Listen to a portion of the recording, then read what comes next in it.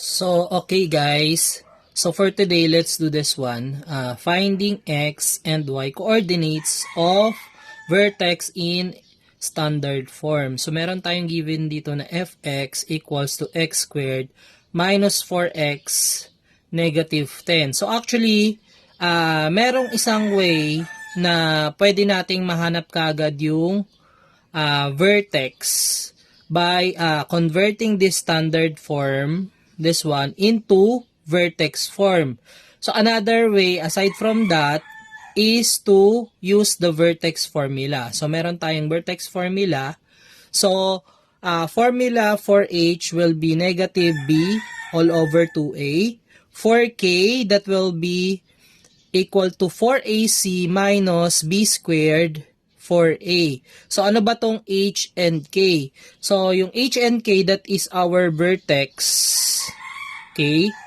So, yung h and k, okay? So, h, that is your x coordinate.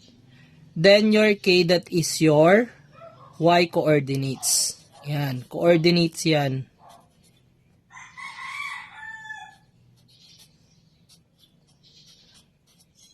Okay, coordinates. So, paano ba natin ma-apply itong vertex formula in our standard form? So, sa standard form kasi, kailangan nating ma-identify kung ano yung A natin, B natin, and our C. Yung value of our A is this one. A is equals to 1. So, alam naman natin, ang coefficient ng x squared is 1. V or negative 4. Okay. Then your C, that is negative 10. Okay. So, after we identify the A, B, and C, so pwede na nating i-apply itong vertex formula. Okay. So, let's do this one. So, H is equals to negative. Value of our B is negative 4. Okay. All over 2. The value of our A is 1. Okay. So, negative times negative 4, that will be positive 4. Okay. 2 times 1, that will be 2. Okay. So, 4 divided by 2, that will be 2. So, ibig sabihin, ang value ng x-coordinate natin is 2. Okay? So, let's do this one naman. Yung k. So, k is equals to 4. Copy natin yung 4. Value of our a is 1. Okay?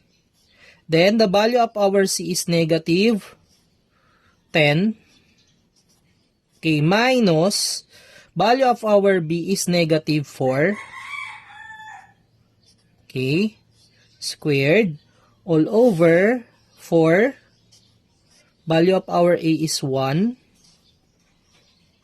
Okay, so let's simplify first. Okay, so 4 times 1 is 4. Times negative 10, that will be negative 40. Okay, then we have negative 4 squared is positive 16. Okay, positive 16.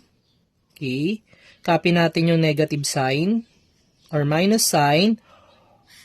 All over 4 times 1, that will be 4. Okay, then negative 40 minus 16, that will be negative 56. Okay, all over 4.